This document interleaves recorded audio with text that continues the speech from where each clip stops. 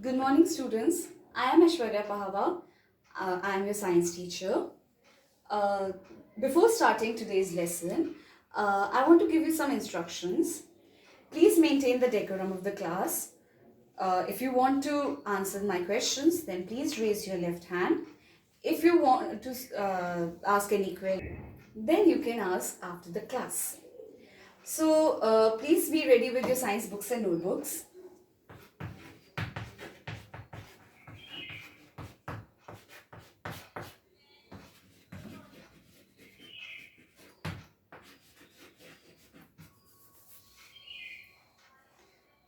So, uh, students, can you see what is written on the board? Yes, ma'am. So how are you able to see that? We can see by our eyes. Yes, you can see by your eyes. So if suppose I switch off the lights and keep this room in complete dark, then will you be able to see as clear? No, ma'am. Okay. Then how are you can you able to see the moon and the stars in the dark? Yes, ma'am. So how seeing is possible? I don't know, ma'am. So yeah, today's topic is that only. So we are going to study about light. What is a light? Light is an energy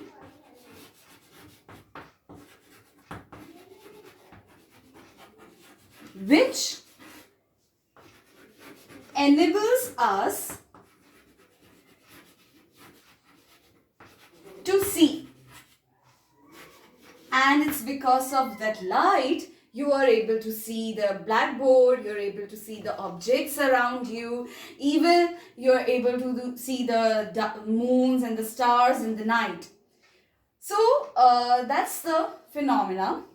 How this light is working, how we are able to see the objects that are surrounding us. So like I'm able to see this book, you're able to see me, I'm able to see you. Why? What is happening? The phenomena that is working here is that if suppose this is an object that I need to see, the light will fall on this object and it will reflect back. And as it reflects back, our eyes perceives them. So, and that's how we are able to see this object line there. And the light which is getting incident on that surface, as it is getting incident, it is called incident ray. So like this ray is not going to be one or two, it is going to be many in numbers. They are just going to fall on that surface and they are all going to simultaneously reflect and reflect, and they are perceived by our eyes if they are just at that point. So after reflection, this ray which is get reflected is known as your reflected ray.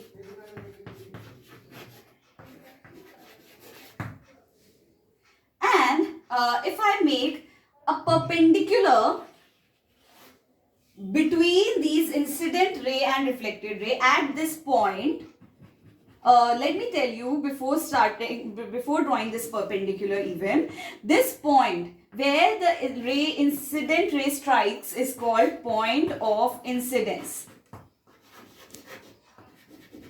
And it is at this point of incidence that the ray is getting reflected, and this perpendicular that we are drawing on the surface is known as your normal.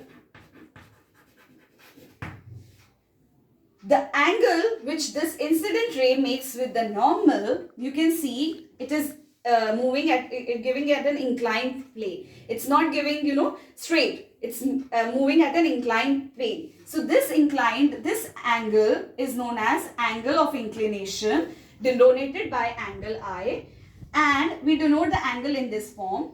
And this angle that normal makes with the reflected ray is angle of reflection. denoted by angle R. So this is how the light works, and that's how we are able to see objects on our surroundings. Now I would like to tell you there are certain laws of reflection that every reflected ray follows.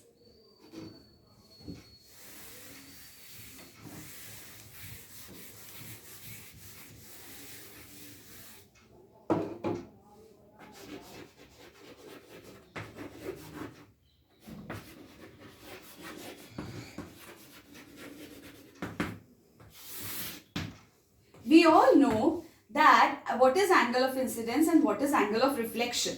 So laws of reflection says that angle of incidence should always be equal to angle of reflection. That means the angle which the incident makes with the normal should be exactly equal to the angle which the reflected ray makes with the normal. And the second thing is that the incident ray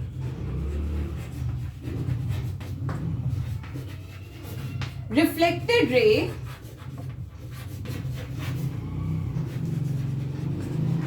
and even normal and point of incidence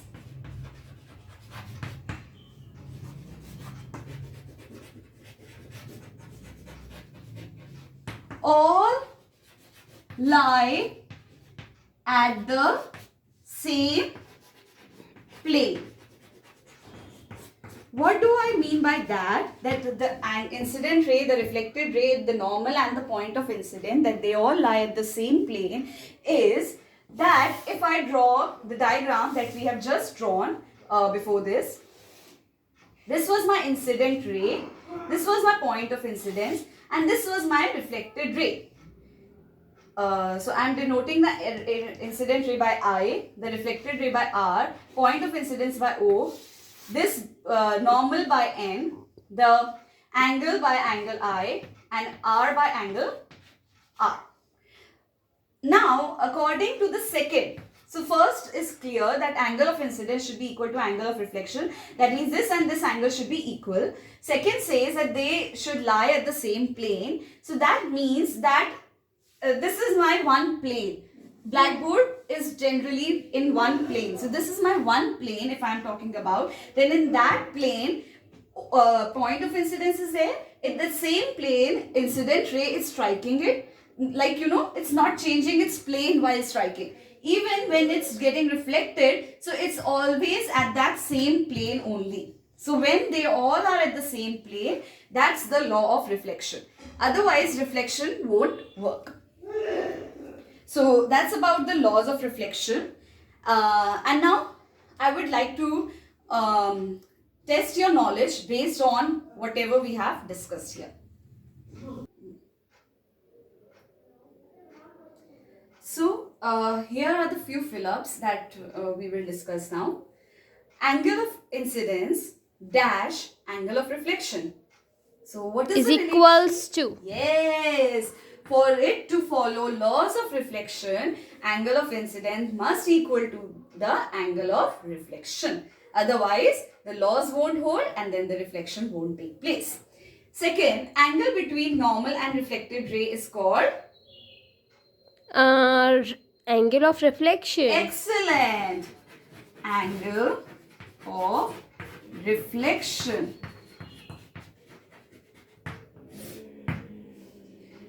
The last one, the ray that comes after striking the surface.